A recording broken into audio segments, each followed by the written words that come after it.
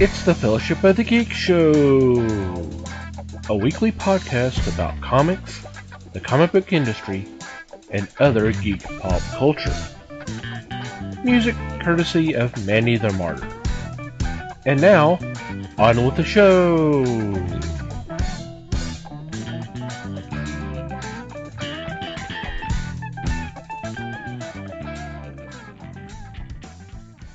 Hey everybody, it's the Fellowship of the Geeks podcast.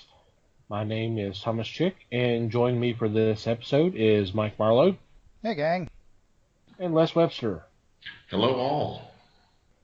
How are you guys doing? Doing okay. Doing well here too. Great. And you? Doing okay. Hope everybody out there is doing alright. So what's been going on in your corner of the galaxy this past week? Well, this week, as I won't say everybody knows, but most people know, was week 1 of the NFL. Woohoo! Yeah, turned out to be a fairly interesting one too, but to put it mildly. And kind of part of the reason I throw this out there, this is this has almost become a bit of a guilty-ish pleasure for me at this point. It's, I don't know, I had spent several years kind of growing out of the NFL as a fan. And except now the problem I have is now my 9-year-old is growing into it as a fan. And so I'm kind of having to stick around with it. I'm kind of forced to, because to let him get involved in doing stuff like the weekly pick'em type games without kind of being involved in it myself would be weird and awkward. So I'm having to stick around with it. For me, it's always been kind of a fun, like, strategic type game to watch. So, I mean, it's fine. I mean, obviously injuries suck, and I hate to see people do that to themselves, but if it's any consolation, 100 years ago, people were dying playing these games, and that very rarely happens anymore, so yeah, I suppose that's good. So is he excited about learning about football and watching it and all that? Oh yeah. Anytime there's a game on, he wants to be watching the game, which is fun because we do try to limit his exposure to electronic devices, which right. It's challenging at times. But I mean, usually on Sunday we'll let him watch for quite a while, and he's getting a kick out of it. This is actually the second year he's done the pick'em thing, and he really likes it. He's even getting pretty good at talking smack. Mostly at me. I would love to hear that. He has had an email chain going on with his granny for like a week and a half now. That's been just back and forth smack talking. It's hilarious. And that enthusiasm just hasn't kind of relight the fire for you? It's keeping me going. I wouldn't say it's rekindled the fire. It's keeping. I mean, with his enthusiasm, I'm still kind of at the take it or leave it phase. I mean, it comes and goes. We'll put it that way. He will spark me for a bit, and then I'll fade. And this will happen 2 or 3 times during the week, and I just keep doing it. I can do it. It's not that hard. It's something I get to do with him and have fun, and so it's cool. Okay, no, that's all right. That's cool. It's like the least enthusiastic thing we've ever done for this bit, but that's all right. I can live with that. Okay. Anything else this past week? Just pretty much getting ready for football with him and all that? Pretty much, yeah. Okay. All right. I think. How about you, Les? I was faced with the dreaded clear the garage. Oh, no. We had a new garage door put in, so it was time to move things around. I ended up taking 9 long boxes to storage, and I've got more than that to go yet. But it was kind of fun going through some of the boxes and finding items that I didn't recall. I came across a book by alternative press back in, I think it was 2002, called 9/11 Emergency Relief. It's a collection of stories as to what was going on in their life on the 9/11. It's fascinating to reread some of these stories, and you can feel the pain that they exhibited, because I had pains like this also. I'm sure that everybody recalls where they were on that day, what they were doing when it first came across. And I know it vividly. But to read these is a lot of fun. And then, of course, just going through the garage and finding all these items is amazing to me. I just love it. It's too much fun. I'm loving it too because you've given me a couple. Appreciate the magazines. Yeah. And Go ahead, Mike, I'm sorry. timely that you happened to do it this week of all weeks. Right. Yes. With the 9/11 thing. Yep. You couldn't have planned that better if you tried. My wife couldn't have planned it better if I tried. Well, for me, like I'm sure a lot of people out there, toward the end of the week was celebrating the 50th anniversary of Star Trek. There's a network that I'm not sure a lot of you out there in the audience are familiar with. It's called Decades. If you're a cord cutter, you know what it is. Yeah, that's true. That's true. And it is a network that, if you're not familiar with it, it's every day the programming is revolving. Well, every weekday, let me say it that way. The programming is revolved around events or birthdays or something along those lines that happen on that date.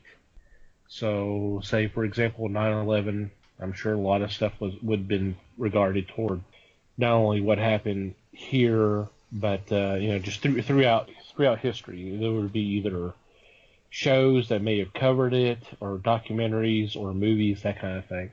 And it's a 6-hour block that's shown 4 times in a row. Well, September 8th was the 50th anniversary of Star Trek's premiere. So all their programming was revolved mainly on documentaries of the show or specials. And the one that I really gravitated to was Leonard Nimoy's Memories, or Leonard Nimoy's Star Trek Memories, I believe was the title of it. And it was really cool. It was him talking about how he was introduced to the project and his favorite scenes and his favorite episodes, and then and on and on. And it was kind of funny watching it because obviously it was obviously dated by just looking at the background and some of the graphics they used for the titles and stuff. And right at the end, it sealed it because he was talking about coming next year, Star Trek 3. I was like, okay, well that tells me how old this is. That's telling, yeah. But the thing that I thought was really fun to listen to was the stories of how he came up with some of the Vulcan mysticism for the show. Some of it I've heard before, but maybe not to this detail. Talking about the creation of the Vulcan nerve pinch, and basically, for those who've not heard the story, it was the episode where there was a transport accident that divided Kirk into 2 different personalities, a good and a bad personality. And there was a scene where they were battling, and Spock was supposed to come up behind the evil Kirk, and knock him out using the phaser, just a phaser butt to the head. Well, he was like, well, Spock wouldn't really do that. That's a little violent for him. So just really on the spot, he came up with this whole concept of the nerve pinch, went to the director and said, hey, I want to do this. And then went to William Shatner and says, let's try this. And of course, lo and behold, it became it's a defining characteristic of the character. exactly.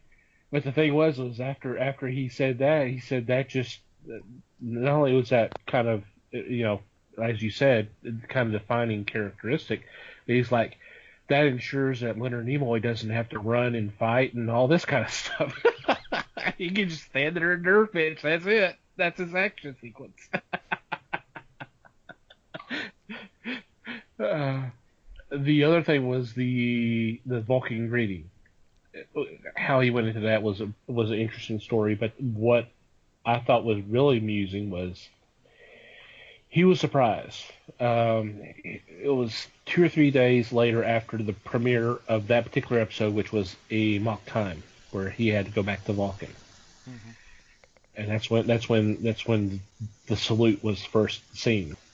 2 or 3 days after that episode premiered, he happened to be in Cleveland, if I'm not mistaken, doing a personal appearance. And he drives up to an intersection, and next to him is a woman, and they make eye contact, and she does the hand gesture to him, does the Vulcan greeting. And he was talking about how amazed he was that it's already caught on just a few days after the show. So he rolls down the window and says, "That's great. Can you do it with your left hand?" And she tried, and she couldn't do it. And she says, "You'll have to forgive me. I'm doing it with an accent." Nice. So you see why those kind of stuck in my memory out after with all the stuff he said. It was just, that's so great. That's such a great response. That's good. Something else, I watched a movie that I meant to see when it was in the theaters. I think it came out last year, or it may have been earlier. No, I don't think it was early this year. It may have been late last year. I remember Les and I kind of talking about when we saw the trailer, but I'm pretty sure he hadn't seen it. It's called Unfriended. And the premise is a teenage girl committed suicide and was videotaped, and it went viral on the internet. And a year later, her friends happen to be getting online and kind of chatting via Skype, and all of a sudden there's a mysterious person there as part of the conversation. They can't get rid of that person, and it keeps sending them information and that kind of stuff. It's a horror movie, and slowly, one by one, you see them die as part of this Skype conversation. It was a very interesting movie. The thing that kind of intrigued me is everything was shown via webcam. So you didn't see, there was no third person camera or everything, or anything. It was all webcams and through whether it was a laptop or a PC or whatever. So the entire movie is basically the Skype screen. The Skype screen with the main character switching through to Facebook and all that kind of stuff. Yeah. So yeah, I mean it's kind of static, but I mean there's still a lot of stuff going on. I don't mean that in a disparaging way. I think it sounds cool. Yeah, it was very interesting. I had forgot about it, so when it came on, I was like, oh, okay. So I sat down, and surprisingly, it was an hour and a half. It didn't really feel like it, but yeah, it was really kind of interesting movie. I definitely say check it out and see what you think. It was unique. I mean, the fact that I don't want to say found footage, but it was kind of in that style, but a different take, which was cool, because found footage, God, that's been run into the ground. You know, you do it a couple of times, and everybody's got to do it. So, see, you say that, and the Blair Witch is coming out just any time now. Yeah, I know, and I'll still see it because I like the first one. So I am so far hearing relatively good things about it. Yeah. Kind of the review I saw of it said it wasn't terribly original, but it was still pretty well done. Which, I mean, who expected it to be original at this point? I mean, it's effectively a sequel to 20 some odd year old movie. Yeah, that's the thing. It's a sequel, so I mean, Right. But I what mean, I've heard is that it was pretty well done. cool. Yeah. And there was another movie that I was wanting to go out and see. Speaking, going back to Star Trek real quick, was the debut of the documentary for the Love of Spock. I was hoping to get out and see that. Unfortunately, I didn't. But the reviews and responses I've seen have been just incredible. So I definitely want to check that one out. Yep, definitely. Well, let's go ahead and get into this week's topic. Woohoo! Yes, we need to move on. Mm-hmm. I think we touched on this before, or was Yeah, that this is something we should do every so often, just because it's a good idea, because of the whole indie comics bent. Okay, And, okay. and what we're hinting ever so subtly at is we're going to spotlight some Kickstarter campaigns. There are a bunch of really cool comics that are getting funded on Kickstarter, or at least they're trying to get funded on Kickstarter, pretty much at any given moment. And so we should try to get in the habit of doing this. And we will, one way or another. Hopefully we will do it regularly and or fairly often. But so, since I'm the one doing the talking, I will start with one. Okay. And the title of this is the Amiculus Trilogy. The deal is that this is volume 3. The first 2 volumes were successfully done each of the last 2 years. And Amiculus is written by Travis Horseman and drawn by Giancarlo Caracuzzo. And they bill it as a secret history of the fall of Rome. And essentially it is an adventure / intrigue story based on let's call him a freedom fighter, who is referred to as Amiculus. And with my limited knowledge of Latin, I can only assume I'm pronouncing that correctly. Hey, if Travis or Giancarlo want to come on here and tell me differently, they can do that. That'd be great. But yeah, so this is expected to be an 80-page, essentially, trade. And as part of, I'm not sure if it's still, yeah, there are a few left. Looking at it, there's a limited reward option, which is a softcover trade of all 3 volumes together in one book. There are only a few of those left, so better get on it. Sounds cool. But yeah, it's a lot of fun. I picked up the first 2 last time in PDF, and so I'm like, yeah, give me the collected version of all 3. If you're not familiar with these guys, they've been around a while. So they've done the Kickstarter thing before, and so this is pretty new. It's got a month left, so you still got time, and it's 30%-ish on its way to being funded.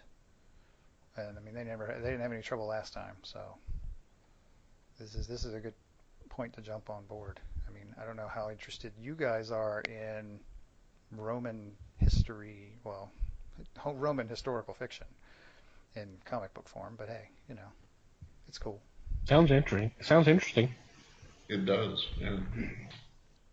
There was one here that I came across, and it's funded, but I'm probably going to go ahead and put my money into it. It's called Lord what? See, and that's the great thing is if it's funded, that means you can be sure it's going to happen. So, and they have, I mean, if you're not familiar with Kickstarter and how these things work, they have what they call stretch goals, which are beyond the funded amount. These things the funded point is how much they ask for up front, and then anything beyond that is gravy, and so generally they add extra stuff to the party at levels beyond the pledge goal. So just because it's funded doesn't mean you can't get in on it. It's only when it runs out of time that you can't get in on it. Right. Right. And yeah, I'm not getting involved because it's already met its goal. I'm getting involved because it sounds like a really cool book. It's called Lord of Gore, and it's by Daniel Lester and D.B. Stanley. And the premise is it's about a horror movie franchise that apparently the first movie did real well, but the franchise really been sagging since then because of the sequels just being inferior. Until one time when the main star who was playing the killer accidentally murders an actress. Oops. Yeah. So all of a sudden there's a big buzz. The franchise is popular again, and they're trying to capitalize on the murder and all that, but they're wanting to reboot the franchise. And so they bring in a guy to write the screenplay, but he's found out there's a little bit more to the story than what's been led on. This sounds really cool. I like this idea. I like this premise. It just, like I said, it's already met its goal, but that doesn't mean that you can't get involved. If this is something sounds like up your alley, I would definitely check it out. Like I said, it's called Lord of Gore. Yeah, it does sound pretty cool. It's fun when they come up with even a semi-original idea to tack on to the usual horror stuff. I like to see people thinking and trying. That's nice. Try to do something a little different. Exactly. Right. Try to go a little above and beyond. Right. Because it's easy to fall into the tropes with horror. Then you're relying on your talent, and well, some of us have more of that than others. And this is an awesome idea. It does sound very cool. Okay. What are some other ones that kind of caught your eye, or you have already gotten involved with? Well, I'm going to throw this one out there on behalf of Les. Woo-hoo. Because the boys at Tesladyne have gotten this groovy idea that they're going to release a super fancy hardcover edition of Atomic Robo and the Ring of Fire to go with the previous ones, which they did a set, I believe, or a few sets of a few at a time. I don't know exactly how it worked, but so they're doing the next one basically, and so it's a cool fancy hardcover version to go along with the ones. Oh no, I remember now. It was to go along with the ones that IDW just released, and along with it, they are including, in addition to the hardcover copy of the Atomic Robo book, they are including a life-sized plush Robo head, if you back it at a high enough level, of course. So you can have your very own Robo head pillow. And if that ain't enough to sell you, I don't know what's wrong with you. Because who wouldn't want that? I agree. Is that I do. Is that Les's wallet out here coming out of his pocket? He's going to get involved. Yeah, that whooshing sound was Les's money heading towards the internet. There you at go. breakneck speeds. No doubt. Just get on Kickstarter.com, search up Tesladyne, it'll pop right up. It's got 20 days left as of we are recording on the 13th of September. So, and it's funded, so it's gonna happen. So. Oh yeah, yeah. I'm looking at it right now. And yeah. Go get you some. And again, we say this every time. I say this every time. Every time we bring up Robo, which is a lot. If you are not familiar with Atomic Robo, dude, get on it. It is the most awesome thing, like, ever. Did I say that right? It worked for me. I don't. For sure. I don't. I don't know how to talk to the kids these days, But yeah, no, Atomic Robo, one of my top 5 of all time. Yes, it is that good. Everything they've done is one of my top 5 of all time. This is probably a list of 200 books, but who cares? It's my top 5.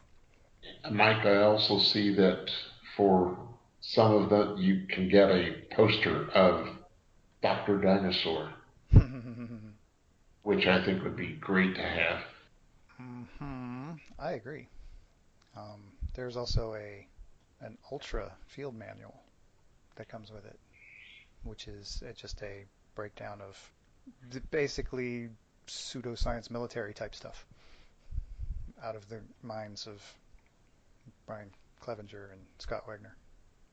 Some of the wittiest stuff that you can find today. Oh, yeah.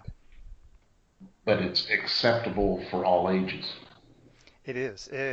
I want to meet the 10-year-old that gets most of these jokes, but it is entirely possible because there's a lot of historical-based stuff there and a lot of scientific-based stuff there too.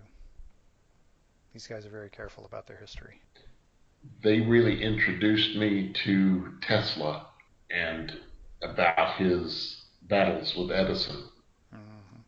And it made it so interesting. I had to start researching it. Yep, there's a lot of fun stuff in the history of that particular rivalry. Some of what you'll hear is BS and some of it's not, and honestly the stuff that's not BS is probably the weird stuff, and it's just fun. Nikola Tesla is a fascinating historical character, if nothing else. Very true. Something I found was a title Justice. I just like the idea of a character, and it's been done before, but let's see how this one turns out. Justice is a man that has the ability to hear people's thoughts and access their memories. He is a hero, so I would like to see how they handle it and what kind of nemesis they give him. If you just go around and read people's minds and recall that they've committed a murder, that's one thing. But I want to see how they stretch to, I would say that you would have to have a central nemesis to give them viable stories. And I'm hoping that this one hits. Could be fun, a little pre-crime action going on there. Yes, what was the science fiction novel that they made into a movie with Tom? Minority Report? Where they were, yes, thank you. Yeah, Phil Dick. I think you could have a bit of that in this. It sounds like, at least sounds like an interesting variation. It's always fun to see the idea of a mind reader who's a good guy, because it's one of those things that's so easy to exploit. It's so easy to take advantage of in the wrong way, and it's fun to see the struggle, because I'm twisted that way. But it's interesting to see how they manage to be a good guy with the innate ability to utterly violate somebody's privacy. How do you use that? How do you use that without really just pissing off everybody? It's a fun premise. Right. Very cool. Another one that obviously has caught my attention since I have pledged. Not only, I mean, the main reason why is because it sounds like a pretty cool book, and second of all, it's by Jason Lennox, who's a friend of the Fellowship. Yes. And it's called Lords of the Cosmos. So issue 1. And it's inspired by 80s cartoons and action figures and comic books. And it's a sci-fi fantasy book. It really looks cool. And I know we've done some reviews for Jason's stuff in the past, and I really like his art. And this looks really, really good. It's almost there. It's still got about 2 weeks to go. So this looks like this is that it will get funded, which is really cool. Les, have you checked this one out? No, I haven't. It does spark an interest. I definitely like the style, but then again, I've liked Jason's style in his other books too. Definitely. So, any other ones catch your eye? Well, we're doing throwbacks to people we mentioned before. Oh, wait, I did want to about that one. About that, Oh, you said it was reminiscent of '80s cartoons. cartoons and that kind of stuff. Yeah. Have you mentioned this to Eddie yet? Oh, I need to. I definitely need to. Yeah. He would probably like this. Yes, He I would do get need to a tell. huge I need to. kick. Yeah. Given how he. By the way, if in case it's been a little while, so in case you don't remember, don't feel bad. Eddie Medina we had him on our show, and we were talking about cartoons, and everything he brought up was about '80s cartoons. It was very entertaining. So yeah, he should know about this. Yeah, I need to let him know about it. Yeah, you're right. That would be a good idea. Mm-hmm. But anyway, so to throw out something by someone we have whose stuff we've covered on the show before, I also found the If Anthology. Oh yeah, that And was on my list too. and I wondered if I was stealing this one. No, that's okay. But Not a yeah, problem. the one what they're doing this time is they're focusing on superpowers, and this is planned to be a nearly 400-page comic. He's got just about 100 creators involved, and I mean, if you can't find something cool in a book this size with this many creators, I don't know, man. I'm just saying, I don't know. This is done by Peter Simeti, who is the guy in Alterna. charge of Alterna Comics. Yes. Yeah. And this has got 16 days left, so you've got time, and it's made. It's funded. It is well past funded, actually. Yeah, we're looking at stretch goals here too, and those are definitely the first one's definitely achievable. Yeah. Oh yeah, they're practically there, and they've got, like I They're said, more practically than there. 2 weeks to go, and Oh yeah. they're like $100 away from the first stretch goal. Yeah. Which is an I Heart Comics sticker, in case you're curious and need a little more enticement. But yeah, $9 will get you this book in PDF, a 384-page comic book about supers and Supers. and supers and supers and more supers. Mhm. Well, even $1 more, you also get a sketch card in addition to everything else. That's pretty cool. Mm-hmm. And if you follow Peter on Twitter, I believe he is at Peter Simeti.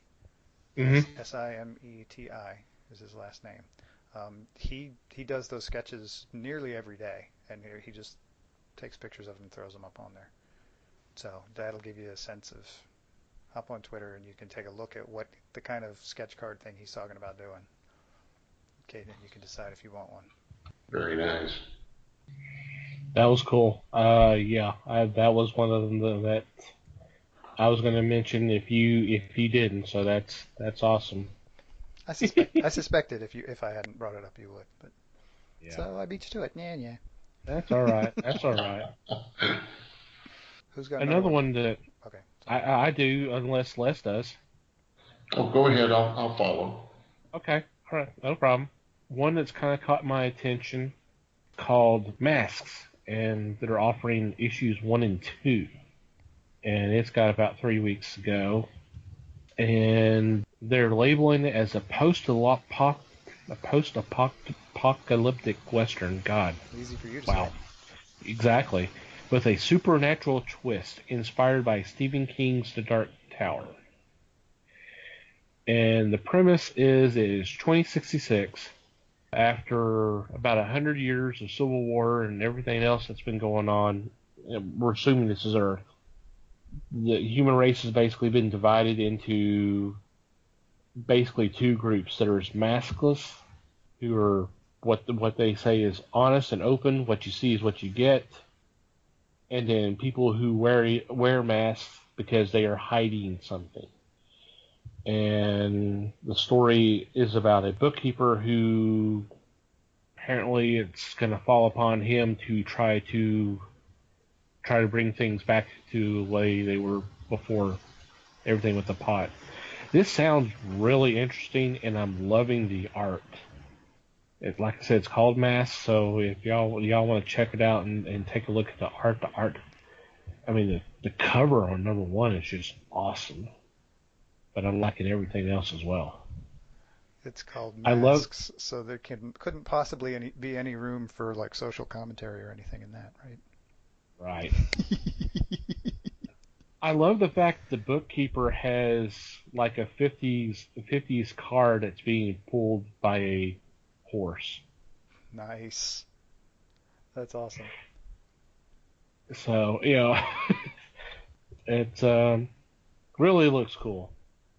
Les, The did you other say you had one, one? Oh, go ahead. yeah, I'm sorry. The other one I have is the CUD Halloween mini comic trick or treat giveaway. They are about 20% at the point, and they've got 19 days to go. With this, they are trying to get copies of comics out to you to hand out at Halloween, which I'm very fond of myself. They're kind of doing it for a dual reason. Well, three reasons. Obviously, to get comics into the hands of children, because they believe, according to their site here, it says, remember, comics are the gateway book for intelligence. That's a nice And sentiment. I think it really is. And they have two villains, more or less. One is Diamond Comics, and the other is Wizard World. Wow. Wow. Oh, wow. So screw subtlety then, right? Yeah, really. Yeah. CUD stands for Comics Underground Distribution. Sweet. Uh, and they even had a convention recently, the first CUD Comic Con on the same day as Wizard World in Columbus, Ohio. And they were directly across the street. Oh, man. I like the middle finger attitude. That's exactly it. And they're trying to get, like I said, these comics out to donors. And I look at the list, and you have to take time to read the list because you have like 7 different items at a $5 pledge each. Sweet. You also have I think 2 $6 pledges. You have a $25 and a $35 pledge each. Each one is different. And the thing is, I totaled it up for $128. You can get one of each of these. For $5, they have, just looking at one of them, it's called the Liberty Year Zero mini comic bundle pack, and that's for $5. You go on down, and if you get one of the higher price, the 25 or the 30, you get so much stuff, and including a T-shirt. Ooh. Unfortunately, it's only as large is the only size they offer. Yeah, But got to keep costs down. yeah, you've got representations of the various comics that are available in their pledges. I think it's a great idea. But as you've heard and as you guys know, I'm all for handing the stuff out for Free Comic Book Day. Now, you do have to remember that some of this is, don't think that the language is going to be tough, but it is pretty severe. One, if I could point one out, it's called Possum at Large. And it looks like it's going to be, I think it's going to be for all ages, the way that it looks. This is one that I'm thinking that I may just toss the cash toward it. It's not fully funded yet, but it would sure be nice to get something out there and to be part of it, to get it out on the streets. Yeah, totally. Very cool. Nice. Gotta love the attitude. That's great. Yeah. That's great. Awesome. Mikey, you got any more? I do. And to sneer at everybody who thinks of me as a curmudgeon, I'm going to throw a kind of an all ages idea out here for Uh-oh. you. It is entitled P is for President, Coloring and Activity Book. And it is done by Charlie Dowd, who is probably best known for his webcomic Lilith Dark. And this is actually it's not I don't know that I'd call it a sequel, but it's kind of a companion to his last campaign, which was the A to Z Guide to Jobs for Girls, which was more of a picture book. This is actually a coloring and activity book. So it's a 40-page book of games and puzzles and stuff there's like stuff that's based on math and science and the arts, and it's very much geared toward not to appropriate a term, for kind of empowering girls. And I think that's a cool thing, and it's he's definitely plugging the fact that this is a limited run, so this is basically the only time it's going to happen. And so this is pretty early on. He's got 24 days left, and he's like 60% funded already. So wow. If you like the comics coloring books, or if you have a kid you want to give a coloring book to, this would be a good one to grab. Definitely. Very cool. Any other picks? Not me, thanks. Okay. I'll throw one more out here. Sure, why not? Just because it might be familiar with the subject material on this one. The latest in the Lady Death series by Brian Pulido is called Oblivion Kiss. It is way the hell past funded, with 23 days left to go. And I'm looking to see how long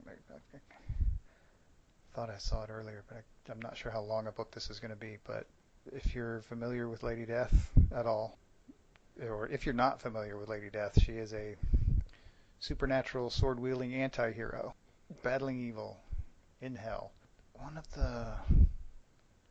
There was a short mini-series not long ago, like in the last year, based on her. And was it Dynamite that did it? I'm not sure off the top of my head. I'm not remembering. I'm just remembering this kind of off the top of my head. But yeah, I think you're right. I think they did like a four issue little brief run that was kind of an intro to Lady Death. This is a 48 pager. I finally found it. So very cool fantasy-esque art involved here. It could be fun. Yeah. It's worth looking at, especially since, like I said, it's already long past funded. So it's going to happen. Now, isn't her interest in that book Evil Ernie? Maybe. You could be right. They've done quite a bit with that whole chaos universe thing in the past. Has it been a year, or has it been longer than that? It's something like that. I know there's been some legal issues, and no pun intended. Yeah. And I think Brian, who created Lady Death, has her back. So this is him trying to. Yeah, he's got Lady Death, and I think Dynamite may still have all of the rest of the chaos. Yeah. Universe. And so they may. So yes, originally they were all together. I don't think they are at the moment. Whether that will happen, not sure. Yeah. Awesome choices, and of course that's just a small percentage of what's out there. I would highly suggest that y'all check out Kickstarter and see what may be out there that interests you, and help out the little guy live out his or her dream of getting a comic book or a coloring book. Or there's also games and movies, film projects, and that kind of stuff. So oh yeah, all different kinds of art. I mean, music too. All kinds music of stuff. too. Oh yeah, and you name it. I mean, hop on there and look. And to be honest, Kickstarter is not the only forum for crowdfunding. There are others. That's right. Yeah. So, I mean, honestly, just Google crowdfunding and take a look at what pops up. Mm-hmm. You'll find some interesting stuff. I mean, you may find something that's not interesting too, but keep looking. There's something out there for you. Oh yeah. Okay, I'm going to be the stupid one here because I have not done Kickstarter or any crowdfunding. What does a person do to donate or to back somebody in this? So it's usually pretty simple. And I'll use Kickstarter as an example because it's the one I've used the most. It is actually tied through Amazon. So when you go to back the project, there's a list of pledge levels basically, and it'll tell you, and essentially they're minimum, so you can chunk in more than that if you want. Like I'm still looking at the Lady Death one, so the $5 pledge, it says $5 or more, you get the digital version. You'll get a DRM-free PDF file of the 48-page book. And what happens is you pledge your $5 now, and when the campaign funds, which is at the end of that 23 days, they will take your money.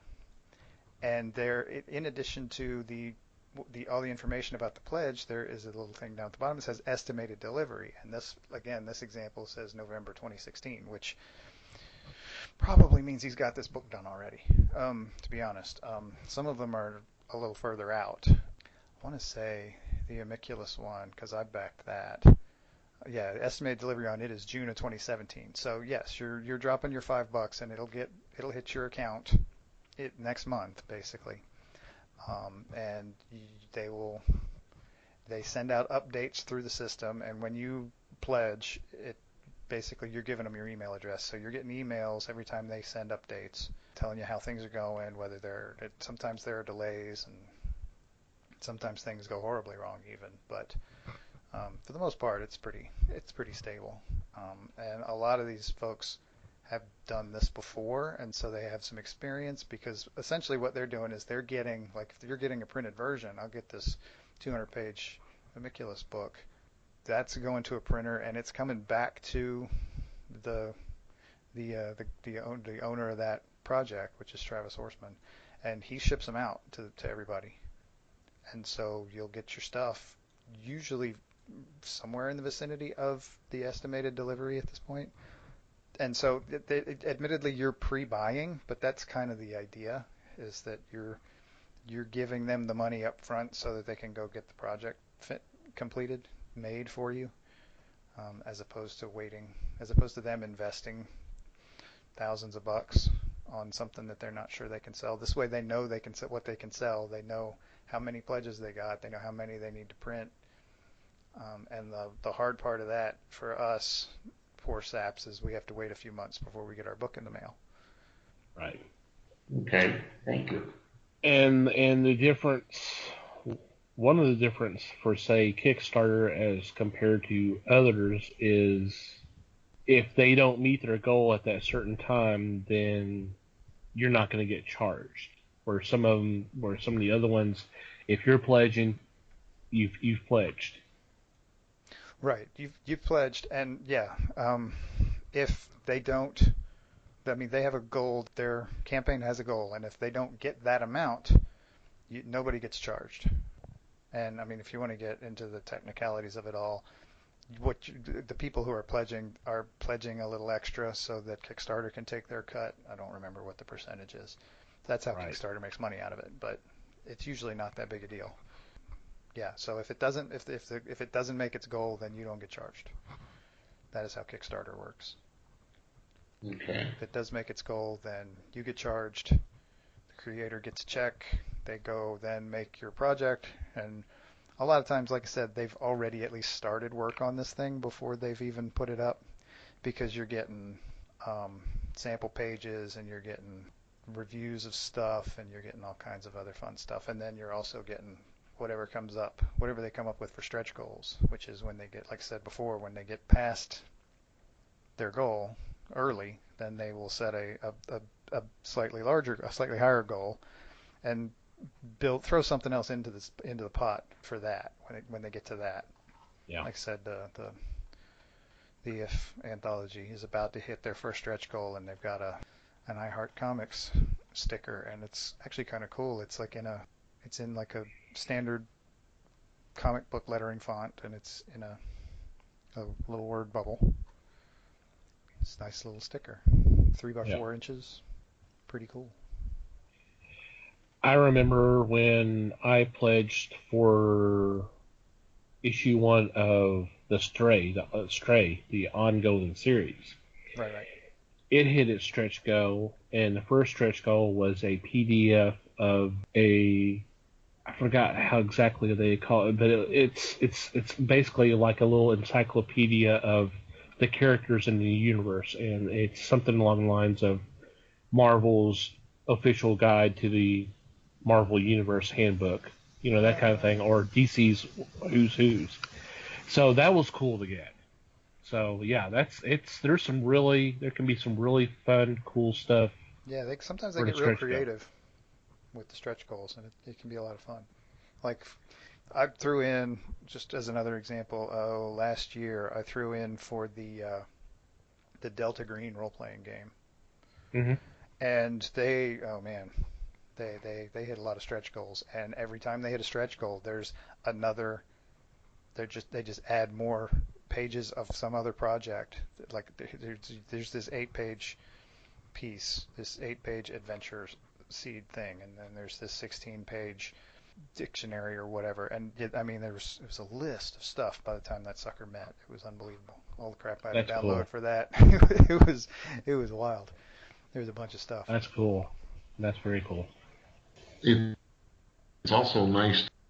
There are a lot of names, writers and artists known, that are also doing this. You already mentioned the hardcover for Atomic Robo, but you can go through this and see a lot of different ones. And I think I saw a book of the art of Breathed, and I thought, wow, now that would be different to have something for your coffee table. And it's not necessarily Bloom County. Yeah. Right. Could be other stuff. He could put in it whatever he wants. It says he's self-publishing, basically. Yeah. Which is cool. Yeah, there's a lot of names that use Kickstarter to do projects that I guess there's a freedom there that they don't have to go through the normal the channels with publishers and that kind of thing. They can do whatever they want and that kind of thing. Jimmy Palmiotti does a lot of Kickstarter. Yes, he does. I think he's a big proponent of it, and he's able to get his stuff done, and a lot of that stuff eventually shows up on under a different imprint, and that's picked up by someone else, and that's cool. So yeah, there's a lot of names. There's a lot of creators who go through this route too, because there's projects that it's a personal project, and they want to do it their certain way, and right. I applaud them. They want to control it, and this is the way they can do that. They can let the fans vote with their dollars in a much more real and tangible way than you would do that, say, with a DC book. Awesome. Some good stuff out there. Absolutely. All right, any final words before we take a break and come back for weekly picks? I'm good. I'm okay, too. All right, so when we come back, we'll have our weekly picks.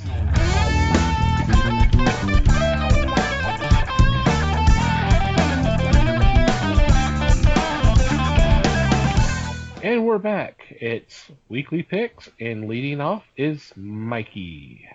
It's true, I'm leading off, and this week I'm leading off with a Dark Horse book. This is Department H. Issue number 6 is coming out this week, and it is a Matt Kindt book, and I don't remember if this is the end or not. But anyway, the story is that Mia is in the process of investigating the murder of her father, and her father was a scientist who worked in a deep sea lab, and so she's got like astronaut training, so she's perfectly capable of handling all of the weirdnesses that is that. But once she gets there, there are a lot more weirdnesses than she's accustomed to, and there are only a handful of people on this lab, and they're all pretty much claiming that it was an accident, although Mia, it didn't take her long to figure out that it was pretty much murder, although she has not quite yet figured out who the murderer is, so we should be getting close. And it's a really, really fun read if you're familiar with his work at all. Oh yeah. I will go back to Mind Management quite possibly for the rest of my life and just reread that sucker from start to finish over and over to get more out of it, because it is so deeply layered, and this book is just it's just as good. It really is. Yeah, I think I'm overdue to go back and reread Mind Management. I'm a little overdue on that. All right, that's a good choice. Department H is a good read. Mm-hmm. Yep. My first choice is from Devil's Due First Comics.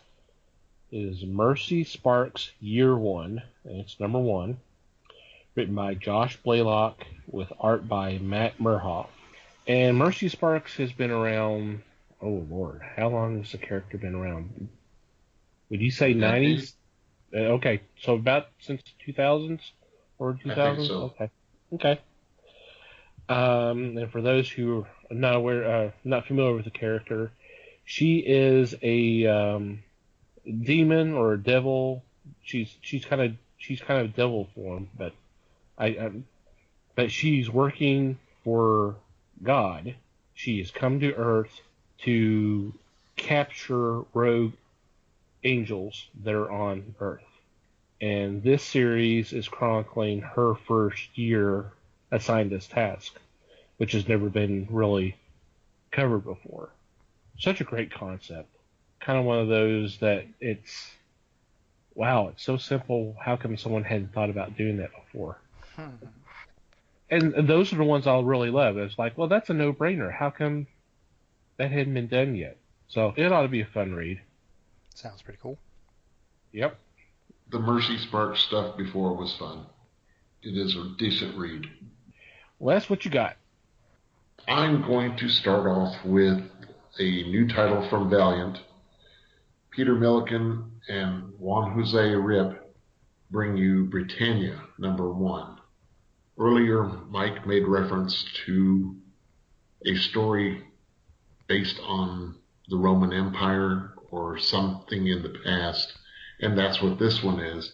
This is a mystery with the character Antonius Axia. He's going to become Rome's only hope to reassert the Roman control over Britannia, which was at that time just a faraway frontier for them. In this one, what they considered a first detective will have to meet up with unholy discovery, ruling of the fates, and unnatural happenings. I looked at the art. I was pretty impressed with this, and I think this should go well with some of the mystery stuff that I'm reading now. I'm looking forward to it. Yeah, this is part of Valiant's next line of books. It started off with Faith's ongoing series, and yeah, I'm kind of excited about this one. I think this is going to be another home run for Valiant. Well, then I have a question. Okay. Is it going to be tied in with the other Valiant titles? I don't see how, because everything else is in the present and superhero. There's always a possibility they can always tie it in with Gilead could be in there. They can get him somehow involved. Or XO. Or XO. That's true. He's around the there. 12th century or something. Yeah. Or started that way anyway. I have a question too. When's Valiant going to get tired of hitting those home runs? That's what I want to know. Holy cow. Yeah. They're making all the other publishers look bad. it's amazing how all the books have been just so good. Even the mediocre ones are good, you know? I mean, Yeah, even the mediocres, yeah. I mean, come on. Yeah. It's really cool to see. It really is. Yeah. And the thing is a lot of the, especially now with, this next wave and then with the last wave of books with Divinity, these are characters that were either brand new or characters that didn't get focus during Valiant's previous round during the 90s. So that's really cool that they're really trying to branch out and they're expanding. expand. Right. They're expanding and it's a lot of good stuff. A lot of good stuff. Mm-hmm. Yep. Mikey. Oh, it's me turn next. Okay. Yeah. Me turn. What the hell? Me turn. Oh man. Clearly it's getting late. Clearly it's getting late. I haven't been drinking gin at all, I swear. Okay, so my second pick, I'm going with a boom book, and my book is Joyride, number 5. Now, the cool thing is, if you were paying attention before, Joyride was originally a 4-issue series. So guess what? It's now ongoing. And so we've got a new arc coming right up here, and the team has finally kind of gotten accustomed to the idea of being a team, and so now they need to, after the exploits of issue 4, they need to chill out for a bit, so they're going to go find some place to chill out, and yeah, we'll see how that goes. Yeah, that'll go well. That's my synopsis of this so far. Because this is a really cool title. And it's another one of those that it's a very simple premise, and it's just done so well that it's hard to look away. It's hard to ignore. It's hard to care that it's not a super original premise, but it's done really nicely. And it's pretty cool to find out that it's been so well received that they say, well, let's just keep on going. So. Awesome. Me turn. My second pick is from DC. It is Trinity number 1. And it's written and drawn by Francis Manicool. And it is the Trinity. It is Batman, Superman, Wonder Woman together in an ongoing series. But the thing that's going to be interesting about this book is if you've been reading Rebirth, you know that this is the pre-Flashpoint Superman. So the rest of the world, including Batman or Wonder Woman, are still trying to get an understanding of him, because this is Superman, but it's not the Superman they've been dealing with for the last few years. That one's gone. This is a older, more experienced, and so it's gonna be interesting to see how the relationship goes here. So I think it'd be a really cool series. So this was one of them that I've been excited about since it was first announced. Between that and Titans and Super Sons, this one's been one of them I can't wait to see how they do this. Yes, the Superman is kind of brought out of retirement for this one, isn't he? Well, this Superman, yeah, in retirement to a point, but see, I didn't read the Superman miniseries that basically reintroduces them. I'm gonna have to read that, but I know this is based off the characters that were introduced in the Convergence 2-parter that were from a year ago. They just kind of did another story about them, and then somehow they have wound up on this Earth or this timeline, which is the New 52, and then we had the whole Rebirth event, and so now the pre-New 52 Superman has to go back into action again, and doing a real good job. The Superman book I've been enjoying, and the thing that I've really enjoyed about it is the interactions between Clark and his son John. I'm really loving that. It's kind of a nice twist from the relationship he had with his father, Jonathan. It's kind of a nice turn. So it's kind of cool to kind of read that, and he's trying to be very protective of his son. His son's starting to develop powers, but he's not fully. He's obviously half Kryptonian, half Earthling, so he's not going to have the full set of powers, and so it's going to be interesting to see how things go from there. Yes, the pre-story to this was fun. Les. Okay, I am going to piggyback on Mike from Boom Studios. Sounds painful. Story Ride Volume 1, which collects the 4 Mike gave reference to before. I can't say enough good about this. This has been a fun read. It's been entertaining. I'm sorry I used the word fun a lot, but this one is amusing, and it's a novel approach. It gives you a cross between 2001 and the TV show Route 66. What's going to happen next type situation. And like Mike, I'm happy that they're going to extend this now, because 4 issues really wasn't enough to enjoy. It's got to go on.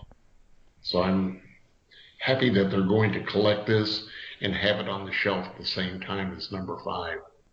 Will draw more people in too. And I'm hoping that comic shops will run the 2 items next to each other on the shelf, so you can immediately grab one and grab the other. Yeah, comic book shops, get on that. So are they going to run into Martin Milner in space?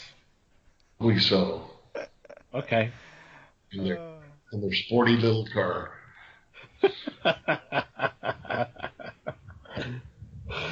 Oh, some people will get that reference and some won't, and that's okay. I enjoyed it. That's pretty much how we roll around here. That's right. We're just in it to amuse ourselves. Woohoo! Cool. Nice choices as always. Write us for explanations. Okay. Yeah, if you don't get the joke, holler at us on social media and we will do our best to explain it.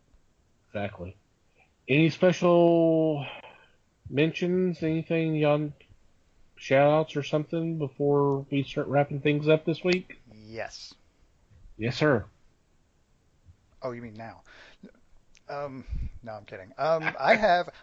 It's just an honorable mention for the picks. Oh, okay. There is a title that no. That's just I was waiting for my turn. Is a title that it was one of those that was a throwback to the 80s, I guess, and one writer just was just a huge fan of this book, and he did everything he could and finally got to the point where he could bring it back. And so Chris Ryall brought back Rom, the Space Knight. And I picked up the first issue and I was like, I'll check this out. And it's really well done.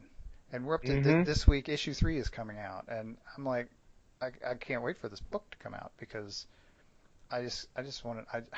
Where's this going to go? It's a really, I mean, something that's a throwback to the 80s or whatever, or 90s or whenever this was. You expect kind of the cheesy, half thought through storyline, and that's not what this is at all. There's layers in this that we haven't even gotten to yet, and it's just surprisingly. I was just really pleasantly surprised at how well done it is. Yeah, I agree that it's been really well done. I was hooked at the last page of number 1 when with the reveal at the end of that issue. I was like, oh, this is going to be interesting. And as Les would say, it's been fun. Don't pick on Les. I use that word all the time too. I'm not picking on again. You know, this is why we do this, is because it's fun. So we can use that word. It's our word of the week. Fun. Yeah, very good. Very good. That's an awesome choice, too. True. So any other shout-outs or mentions? Any other special... Les, did you have an honorable mention yourself? No, sir, not this time. Okay. Mikey, any other special mentions on your part? No, not at this time. I want to bring something. Somehow I had totally missed this, but I saw a commercial for it on BBC America, and it's coming late October. Dirk Strangely I heard about that, yeah. with Elijah Wood. Yes. I mean, he's not starring. He's not playing Dirk, but he's involved. This could be interesting. Could be very interesting. So just keep an eye on that. It's coming in about another month. All right, let's go ahead and do shout outs. First off, of course, we got to say thank you to Andy the Martyr for the awesome music that we use for our credits, opening and closing. Thank you guys, as always. If you have not checked out their Facebook page, we'll have a link on our show notes, and of course there's a link on our podcast page at www.thefellowshipofthegeeks.net. And of course the Potter family on Twitter, hashtag Potter family, for all the shout outs and retweets and likes. It's much appreciated. Mm-hmm. There are a ton of cool podcasts out there. And in fact, I will throw this in. Okay. We ended up having a pretty fun little exchange on Twitter today with, which we will totally blame on the Jake and Tom Conquer the World podcast, because they shouted out our show from last week about Amalgam Comics, and a couple of other Twitter folks jumped in and started having this really cool conversation about Amalgam Comics right there in front of all of us, and it was it had to have gone on for 25 tweets. It was pretty cool. So shout out to Jake and Tom. Oh, definitely. Yeah, they're definitely one of those that retweet us every week, and it's much appreciated. We appreciate everybody who does it, and we do our best to return that love. So thank you guys. Please check them out. A lot of really cool, fun, humorous podcasts out there. Any subject matter you can think of, it's out there. Just go to Twitter and do a search, Potter Family or hashtag Potter Family, and it'll pop up, and check them out, and you'll be glad you did. And of course, shout out to you, dear listener. Thank you for the downloads. Thank you for listening. It's much appreciated. We're always interested in hearing what you think of our show. Good, bad, suggestions, questions. Please let us know. We're always open. Yeah, to let's tell us about a Kickstarter campaign you backed recently, or something Kickstarter related you're interested in. That'll be fun. Yeah, that'd be cool. Conversation starter. Ooh, icebreaker. Ah. Hey, icebreaker. Okay, the best way to get a hold of us is you can go to our website, www.thefellowshipofthegeeks.net. Go to our About Us, Contact Us, and you can fill out the form there, or you can shoot us an email at thefellowshipofthegeeks.net, and we'll definitely read it and respond to you. You can always contact us through social media. We are on Facebook, the Fellowship of the Geeks. As I said earlier, we are on Twitter at Fellowship Geeks. Mikey has his own personal Twitter account at Mikey Geek. Go give him a follow. And I have my own at TomTCGeek, and please feel free to follow me. And you can always ask us questions or suggestions or whatever you like. Mm-hmm. More suggestions, please. Suggestions would be good. Also, we would definitely love it if you would go rate our shows or write reviews. whether it's at iTunes or Stitcher or Google Play, it would be very, very much appreciated. Yeah. Go ahead. Nothing. Oh. I was just saying. Okay. Yeah, just saying. You were just saying yes. I was just agreeing. I was being a yes man back here. Yes. Oh, okay. Oh yeah. Absolutely. Anything else Yes, before Anything else before we sign off? Nope. Not other than thanks, everybody. Okay. Thank you much. Thank you, everybody, for listening. It's much appreciated. Until next time, y'all take care. Read more comics and support your local stores. We thank you for listening to the show. Comments, suggestions, and questions can be sent to email@thefellowshipofthegeeks.net. You can follow us on Facebook at The Fellowship of the Geeks and on Twitter at Fellowship Geeks. Until next time,